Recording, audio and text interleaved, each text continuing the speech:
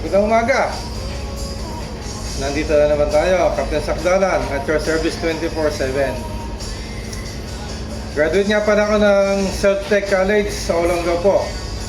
Doon ako nag-graduate, 1999. Graduate ako ng Associate, 3 years yon. At na-graduate ako ng BS ko, 2002. I-share ko lang yung mga na-experience ko, may hirap din. Medyo matagal din ako bago nakasakay. Mga 2 taon din ako nag-apply bago nakasakay. Nasa biyahe pala kami ngayon. Galing Swissport AG papuntang Jeddah Port, Red Sea, Saudi Arabia. Habang naka-duty ko, gumagawa lang ng maganto. Magawa ko ng mga monkey fish kitchen. Ayan. Pampalipas ng oras. Gawa tayo ng isa. Kasi habang naka-duty, wala namang ginagawa. Bantay-bantay lang. Kung may kalaban, maglalagbo, mag-check ng position.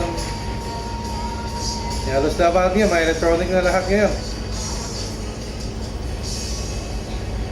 Ikot yun lang ng 5. Medyo puyat na. 5 araw na ibiyahe namin. Pero mamaya, nandun na kami. Dakating na kami sa Jeddah Port. 6 to 6 yung biyahe namin ng kapalitan ko. Pero yung boson at yung mga AV, 4 oras ng duty nila. Wala pa kami chipet hanggang ngayon, kaya yung kapalitan ko 6 to 6 muna kami. Pero ganun talaga. Kasama yung puyat, kasama yung pagod. Kaya doon tayo masaya. Minsan, maalon, kaya kasama yung alon sa buhay natin. Pag nagmarino ka, kasama yung alon, hindi mawawala yan. Dahil walang magaling na seaman kundi makakaranas sa mga alon-alon na yan. Lalo sa amin, offshore kami. Medyo maliit na yung barko namin, mga 1,500 gross tonnage, 1,000 gross tonnage. Meron pang below 500 gross tonnage, conforme sa mga sampahan. Towing kami ng barge. Yung takbo namin, nasa 6 knots lang, 5 knots to 6 knots. Pagkasama yung agos, yung hangin, 6.5 knots. Ngayon, nasa 6.1.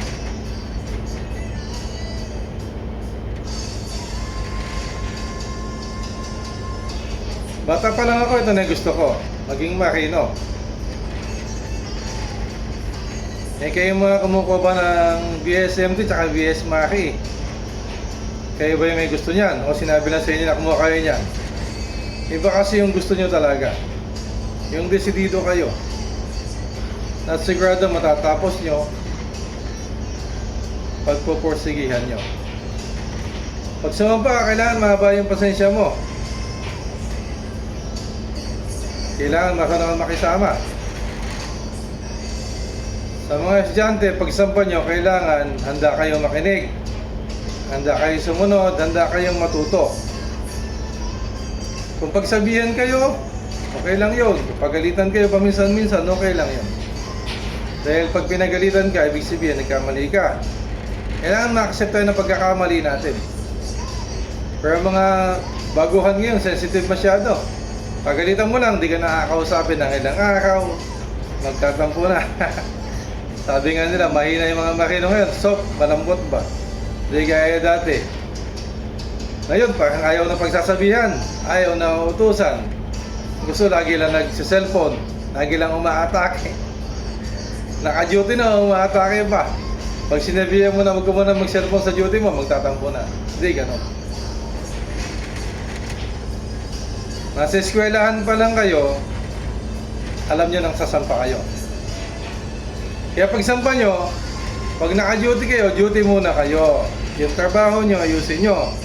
Kumakay ng position. Pag-aralan nyo yung mga navigation na equipment, lalo kung tuturuan kayo. Dahil kung tuturuan kayo, napakaswerte nyo. Hindi lahat ng opisyal tuturuan kayo. Pag nasa barko ka, maging humble ka, maging mabait ka, tuturuan ka. Kaya kung umpisa pa lang, maangas ka, di ka marunong makisama. Yung pagalitan ka na ng konti, nagtatampo ka na. Hindi ka lumalabas ng kabina, di mo kinakausap yung opisyal na nagalit sa'yo, di maganda yon. Ikaw yung mawawalan nun. Kasi mawawalan ka ng chance para matuto galing sa kanila. Kung pagalitan ka, okay lang yun. Kung sigawan ka, okay lang yun. Kasama yun. Sabi ko nga, kailangan handa kayo makinig, sumunod at matuto. Kaya mga sobrang talino, bawas-bawasan nyo muna. Handa, makinig muna kayo. Huwag nyo munang paikalan yung pagiging matalino, lalo kung baguhan kayo. Pag baguhan ka, kailangan matuto ka. Hindi yung 3 buwan ka pa lang, 4 na buwan ka pa lang, kala mo marunong ka na sa mga datihan. Meron mga gano'n, nakasampa lang. Naka-1 buwan lang, 2 buwan pa lang, akala mo mas marunong pa sila sa mga datihan na inabutan nila doon. Hindi gano'n. Habang tumatagal ka, kailangan mas nagiging mabuti yung pakikisama. At nirespeto yung mga datihan. Yung mga opisyal, kung sabihin na gawin mo to, gawin mo yan, kahit hindi mo trabaho, pwede mong gawin. Kasi yung ibang opisyal, lalo yung segundo, tsaka yung third mate, sabihin na, Ebi, samahan mo ako, mag-check tayo ng mga fire extinguisher. Check natin yung life raft, yung mga life buoys, samahan nyo, para sa inyo yun. Kasi in future, yun yung magiging trabaho nyo as third mate. Kung yung second mate naman, magpatulong sa inyo magpatulong sa inyo. Magpa-audit ng mga chart. Tsaka yung mga bagong chart, lumang chart, kasi tatanggal niyo yung mga luma. At yung mga bagong chart naman, siyang ilalagay. Gagawa kayo ng mga list. Tsaka yung mga katalog.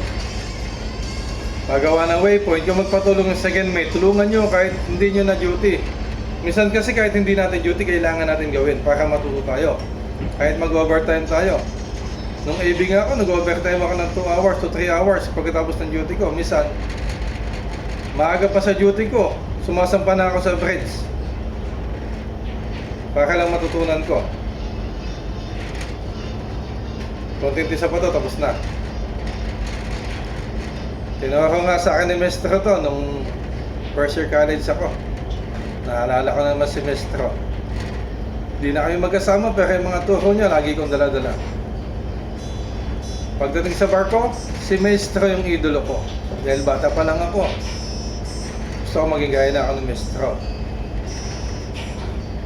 Hindi ko nga alam, high school pa lang ako, elementary pa lang ako, hinahanda niya na pala ako sa pagbabarko. Eh pag nasa bahay kami, pag bakasyon niya, nagtatali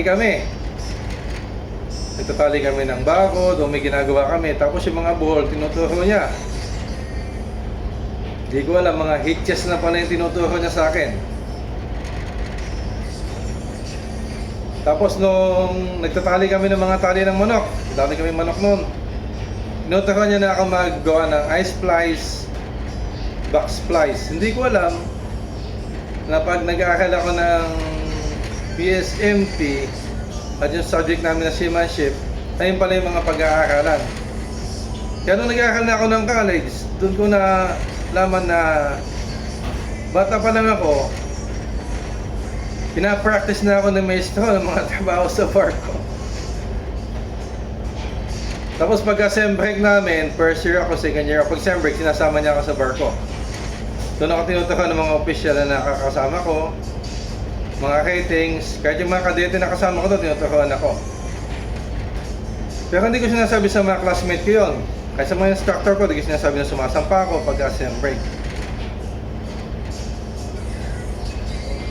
Basta mag-aaral ako, mag-aaral sila. Hindi mo na ako nakikipagpagalingan sa mga classmate ko kung nag-aaral ako. Basta mag-aaral lang ako. Dahil bukod sa pag-aaral, madami pa akong ginagawa. Namamasada ako ng tricycle, nag-aalaga ako ng manok. Tapos pag kami basketball, basketball talaga kami. Kaya pag pinauwi kami ng maaga, tuwa ako. Kasi pag nakaw ako ng basketball, makakapamasada pa ako.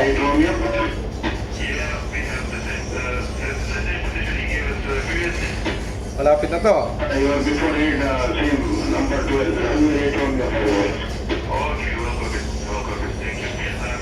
Sa mga estudyante, Pahambolan sa barko ha. Pahambolan, hindi payabangan.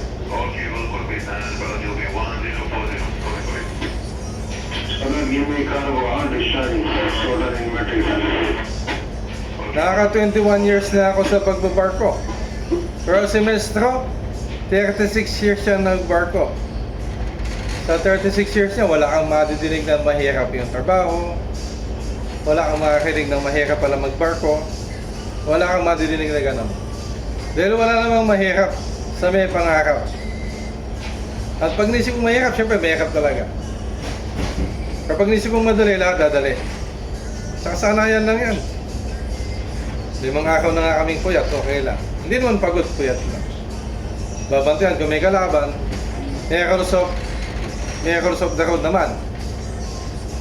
I-apply lang natin. Sa mga estudyante, huwag nyo kalimutan ng rules of the road. Importante yon. Rule 18 to 18. Rule 13 to 18. Si Oka yan. Oka R. At lalo yung rule number 5. Look out.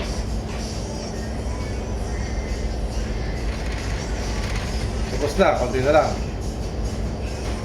Ito lang libangan ko talaga dito pag nasa biyahe. Gagawa ko na ito ng I2. Okay na.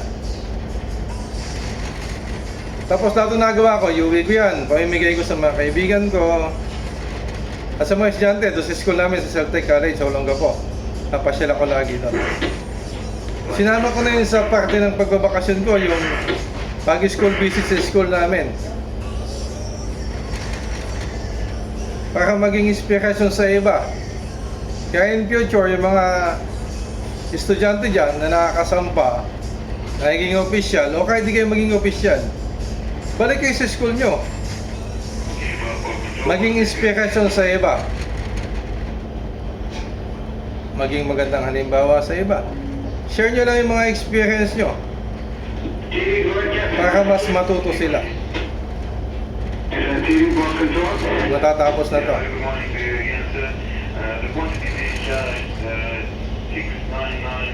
Sa sunod pala na video ko, share ko yung mga tinuro ni Maestro, mga nuts, hitches, mga basic natin hitches na bata pa ako, tinuturo niya na pala sa akin, nalaman ko lang nung college na ako.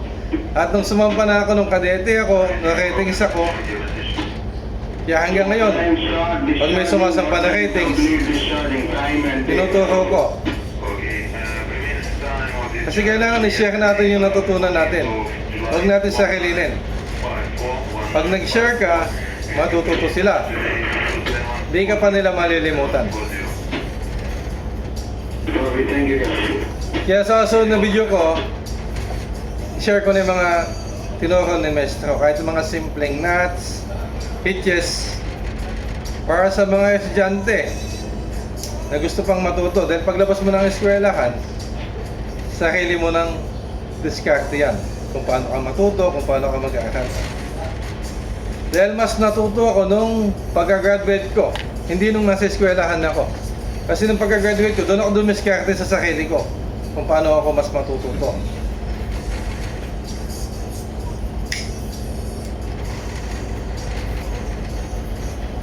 Tapos na. Saglit lang. Pero mas saglit to kung di ako nag-share sa inyo. Perfect circle yan, bilog na bilog. Kaya sa mga estudyante yan, pagsampa nyo, dapat handa kayong makinig, sumunod at matuto. Habaan ang pasensya nyo. Kung kulang kayo sa talino, dagdagan nyo sa diskarte. At sa mabuting pakikisama. Hanggang dito na lang, sa susunod ulit. Captain Sakdalan, at your service 24/7. Huwag nyo kalimutan magpasalamat. Ingat lagi, keep safe. God bless.